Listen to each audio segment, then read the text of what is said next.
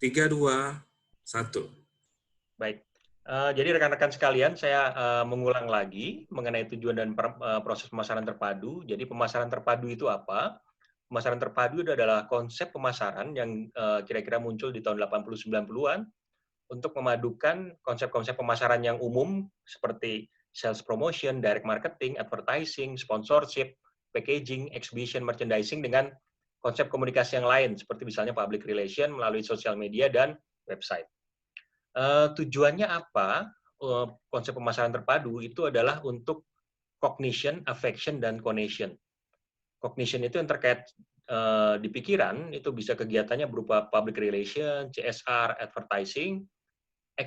Affection yang ada di hati bisa berupa interactive marketing dan experiential marketing. Kemudian connection yang terkait dengan kegiatan itu bisa berupa sales promotion, direct marketing, dan personal selling. Nah, kenapa akhirnya kita butuh pemasaran terpadu gitu? Karena kita sadari saat ini terutama itu banyak informasi yang berlebih. Jadi kalau ini penelitian tahun 2006 gitu ya, ada sekitar 90.000 informasi yang berlebih yang beredar, sementara yang terpakai cuma 30.000. Jadi ada 60.000 informasi yang berlebihan. Informasi yang berlebihan itu menyebabkan apa? Informasi yang berlebihan itu menyebabkan halangan komunikasi. Halangan komunikasi itu bentuknya seperti iglo gitu ya. Jadi informasi yang masuk udah difilter dulu, mending difilter, tapi langsung ditolak oleh calon customer kita. Nah, tantangannya buat kita apa? Tantangannya buat kita adalah bagaimana caranya mendekati customer. Entah itu menarik customer atau memecahkan penghalangnya. Prosesnya apa? Prosesnya kita bilang melalui 5 stages, 5 tahapan. Yaitu attention, ketertarikan, interest, kemudian search, pencarian, action, dan share. Caranya apa? Caranya bisa dengan dua macam. Yang pertama dengan media mix. Media mix itu pesannya sama, medianya beda. Jadi medianya bisa newspaper, bisa radio, bisa iklan internet, iklan luar ruang, iklan majalah, iklan TV gitu ya. Tapi pesannya sama aja, nggak berbeda. Seperti kita misalnya lihat di iklan-iklannya Emalt gitu.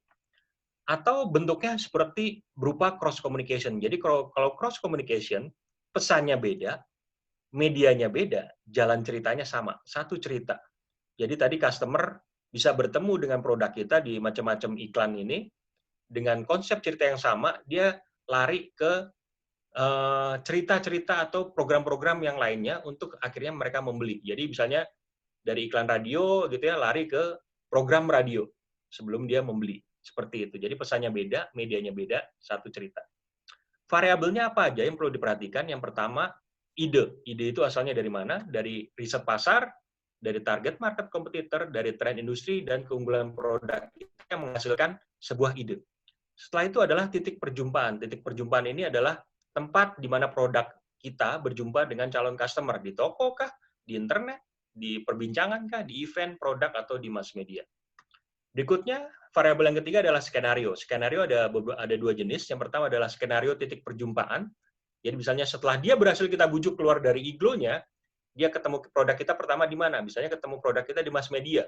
Kemudian kita arahkan supaya dia jalan ke website. Baru dia lari ke TV. Atau lewat mana dulu? Di media luar ruang, perbincangan, baru lari ke shop, dan berbincang lagi. Seperti itu. Jadi kita buat skenario-nya. Berikutnya adalah skenario ide cerita. Jadi kita masing-masing titik udah punya ide-ide cerita. Cerita A, cerita B, cerita C, dan akhirnya ketemu goal.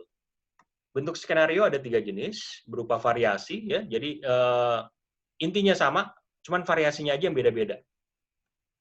Atau timeline, jadi urutan dari ulet, ya kan, kepompong sampai kupu-kupu. Atau medianya kita pecah.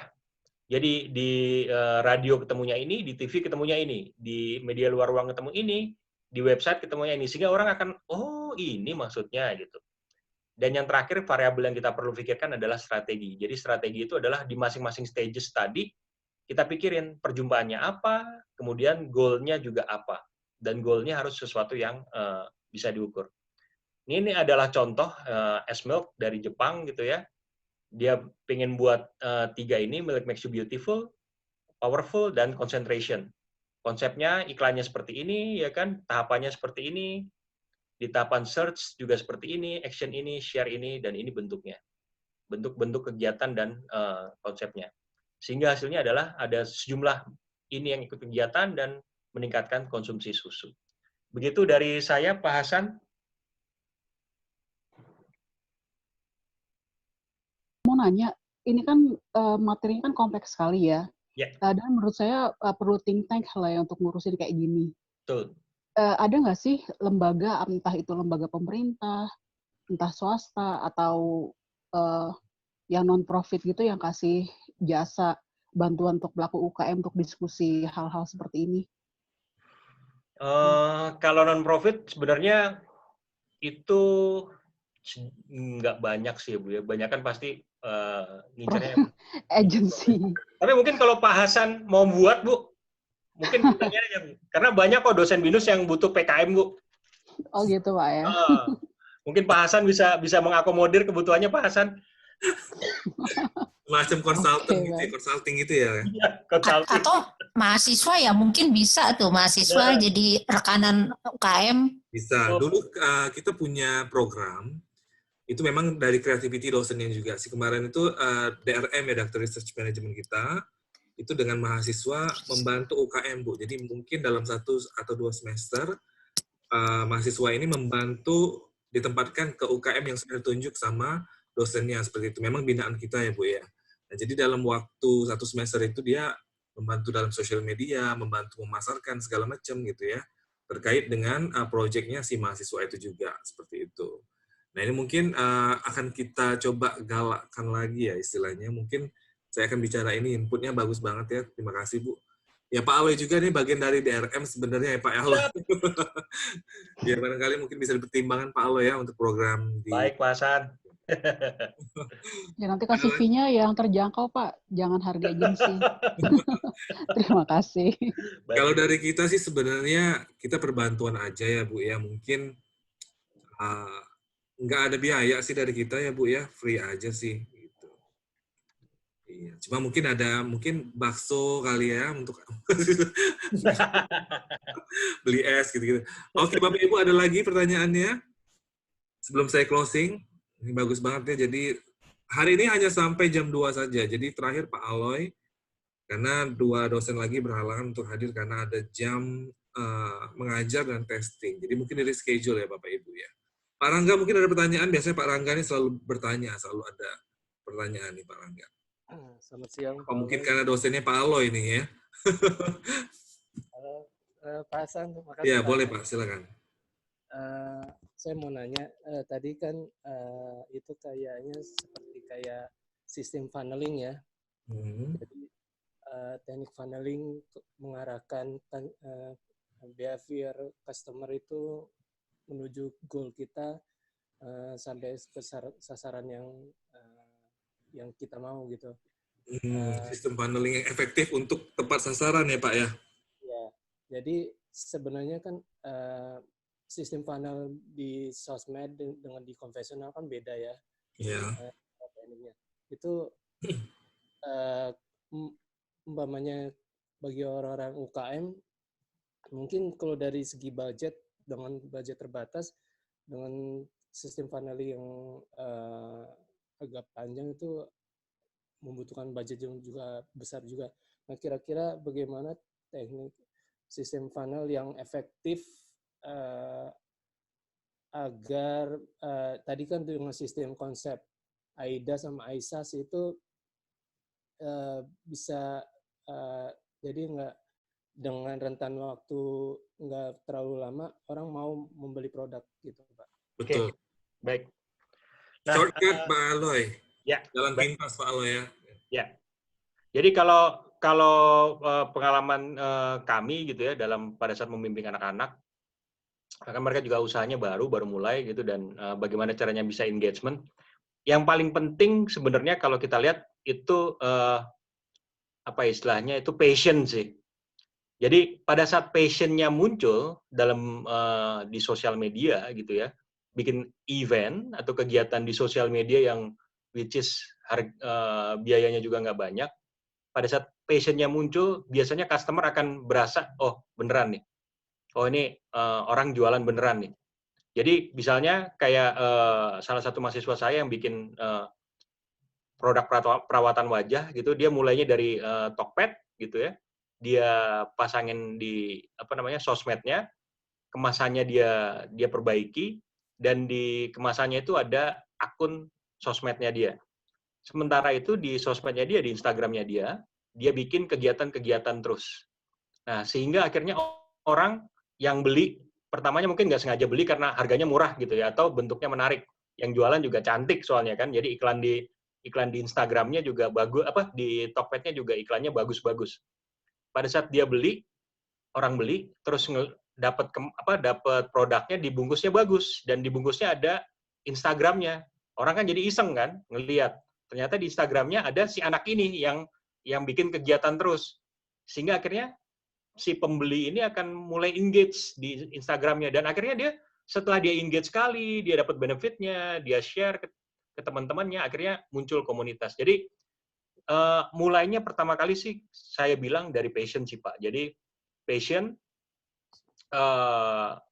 kemudian bikin kegiatan yang rutin, ya berkala gitu. Kalau sanggup 1 minggu sekali, silakan. Kalau nggak sanggup mungkin sebulan 2 kali. Tapi jangan sampai nggak ada kegiatan selama 1 bulan. Walaupun kegiatannya cuma di sosial media, itu sudah cukup untuk memulai untuk engagement dengan calon customer. Jadi seperti itu sih Pak. Jadi rutin dan konsisten ya Pak ya? Betul Pak, konsistensi Pak. Oke. Ya, siap-siap. Sebenarnya untuk memperdayakan untuk di sosial media ya perlu orang-orang yang bisa memasarkan ini Pak ya, dengan kreativitas, dengan cara desain-desain yang lebih bagus supaya orang mau interest, awareness itu ya Pak ya. Betul Pak, kreativitas itu penting sih. Walaupun desain itu mungkin menurut kita desain jelek gitu ya. Kadang-kadang anak sekarang desainnya lebih jelek-jelek lagi kok Pak gitu ya. Jadi kayak stickman gitu kan istilahnya, atau yang manusia kardus itu kan sebenarnya kita ngeliatnya nih nggak ada seninya sama sekali, tapi anak-anak dengan itu aja udah seneng gitu. Yang penting itu bukan yang yang paling perfect, desainnya paling sempurna gitu ya, tapi yang penting adalah desainnya jelek nggak apa-apa, tapi konsistensi untuk terus-menerus mengeluarkan konten tersebut sih Pak. Seperti itu. Kayak sekarang TikTok kan juga yang laku bukan yang cantik-cantik Pak, tapi yang aneh gitu kan. Mukanya berantakan tapi pakai anduk pakai anduk jadi kayak rambut gitu ya. Si siapa tuh namanya itu larisnya luar biasa tuh. Nah, itu seperti itu sih Pak. Konsistensi dia. Oke, sama bahasa copywriting-nya yang harus lebih. Copywriting betul Pak. Iya. Ya itu aja sih Pak. Ya. Baik Pak.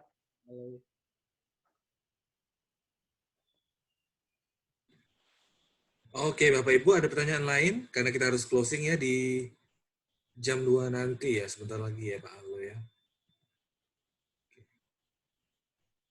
Oke, barangkali itu pertanyaan terakhir ya. Bapak Ibu silakan. Nanti materi akan saya drop di link chat. Pak Allo mungkin closing Pak? Atau ada yang mau disampaikan?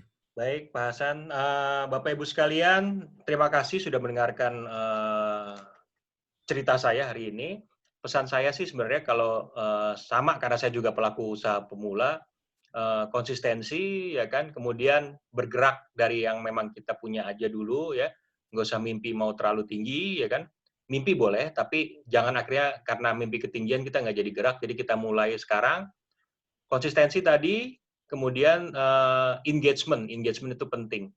Dan seperti kalau tadi ada pertanyaan mengenai BINUS mau atau enggak bantu, saya yakin pasti BINUS mau, dan unitnya Pak Hasan saya lihat sangat aktif untuk membantu teman-teman dari UKM. Saya yakin karena BINUS juga selalu punya konsep-konsep yang baru gitu ya, Bapak Ibu usulkan saja, karena biasanya dari usulan-usulan Bapak Ibu nanti akan kita akomodir untuk kegiatan-kegiatan kita di masa yang akan datang. Dari saya sih seperti itu aja Pak Hasan, terima kasih atas kesempatan yang sudah diberikan. Oke, terima kasih Pak Aloy untuk sharingnya hari ini. Bapak Ibu, kita akan lanjut lagi pelatihannya di esok hari ya. Biasanya kita mulai dari jam 10 sehingga jam 3, tetapi pada hari ini kita dosennya ada halangan, jadi mungkin terakhir Pak Aloy ini aja dulu ya. Jadi mungkin kita besok ketemu lagi di jam di jam 10 pagi, di channel yang sama, di link yang sama Bapak Ibu ya, jadi langsung join aja. Oke. Terima kasih atas partisipasinya. Saya akan idlekan roomnya ya, karena saya harus update materi dari teman-teman dosen ya. Oke, thank you. Oke, Bu Sevi. Stay safe ya, stay at home, stay healthy. Materi besok apa, Pak? Ya, Materi besok apa? materi besok sebentar saya cek dulu ya Bu ya.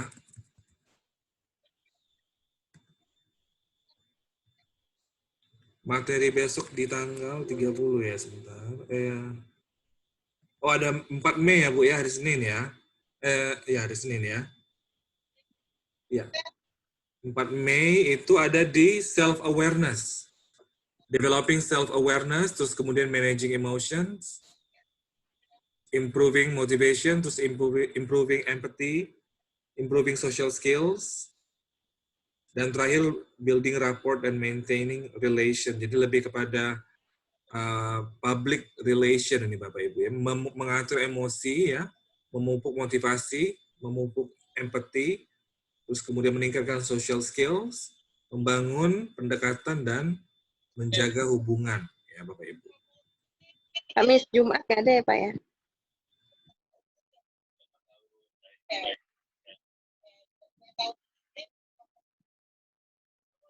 Halo, Pak Hasan. Sebentar, Kamis Jumat nggak ada nih Bu, langsung ke hari Senin ya. Oke, makasih Pak Hasan. Oke. Oh iya ya, saya baru juga ngeh ya, Kamis Jumat nggak ada. Langsung di hari Senin Bapak Ibu ya, jadi besok nggak ada, free kita. Kita mulai lagi di 4 Mei ya Bapak Ibu ya.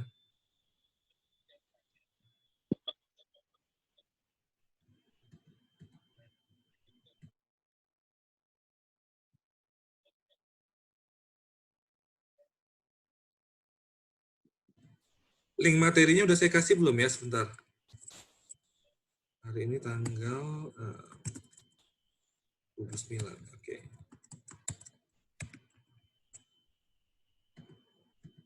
Link materinya ada di kolom chat ya Bapak Ibu ya, link download materi di sini.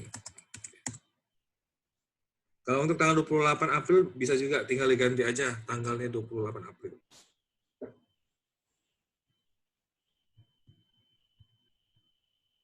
Saya cek dulu materi dari Pak Aloy tadi apakah sudah terkirim.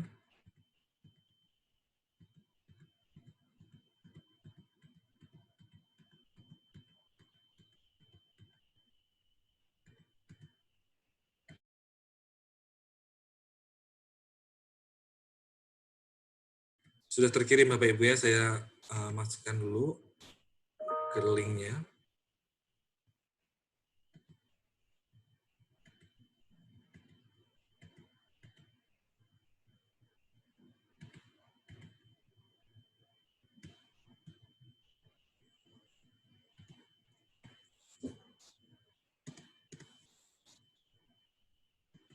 Oke, materi udah lengkap semua Bapak Ibu ya, di bit.ly/Markom 29 April. Terima kasih Bapak Ibu. Sampai ketemu kembali di hari Senin, hari Kamis dan Jumat kita skip dulu ya. Kita ketemu lagi di hari Kamis. Terima kasih materinya dan infonya Pak Hasan. Sampai ketemu Senin lusa. Oke Pak Rangga, siap ya semuanya. Bapak Ibu ya, roomnya saya idle kan. Kalau mau stay di room juga boleh. 15 menit lagi saya closing. Thank you.